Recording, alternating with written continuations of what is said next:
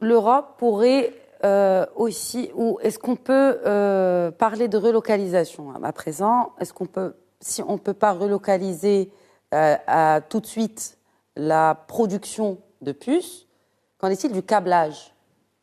Aujourd'hui, il y a une crise du câblage due à la guerre en Ukraine, parce que l'Ukraine, vous l'avez cité tout à l'heure, dispose quand même, c'est un grand fournisseur, notamment pour les constructeurs européens, allemands en l'occurrence. Est-ce que cela peut être contourné et à court, moyen terme? Parce que là, on parle d'une guerre aussi qui va durer. Il n'y a pas que la crise des semi-conducteurs qui va durer, mais d'une manière ou d'une autre, celle en Ukraine va durer certainement. Alors, quel contournement et quelle relocalisation et quelle opportunité pour le Maroc? Merci pour cette question très pertinente. On espère que ce conflit ne va pas trop durer, mais on croise les doigts.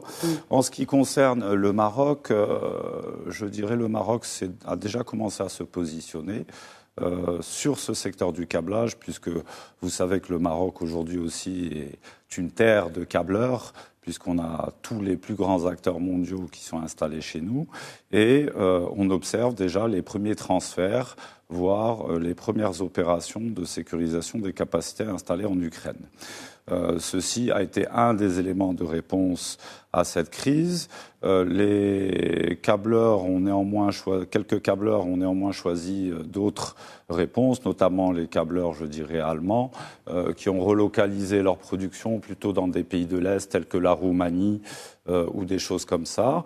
Et on observe également quelques câbleurs, avec notamment Léonie, qui est un grand acteur du marché marocain, qui a carrément qui a bien sûr gardé ses usines en Ukraine, mais s'est fait un point d'honneur de continuer à les faire tourner dans un mode semi-crise, semi-urgence. Ça, c'est pour la réaction à court terme.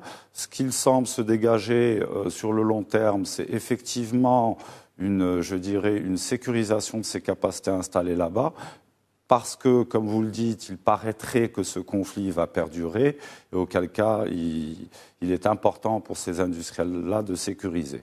Mais on observe aussi en parallèle un contre-mouvement, je dirais, qui a plutôt des raisons géopolitiques et qui consiste à maintenir les unités industrielles là-bas, je dirais, dans une sorte de soutien au pays, en l'occurrence à l'Ukraine. Mais jusqu'à quand? Je veux dire, il y a aussi cette question de faire tourner la machine. Clairement, c'est le cas de le dire. Alors la réponse est peut-être entre les mains du gouvernement ukrainien et russe et aux autres parties prenantes de ce conflit.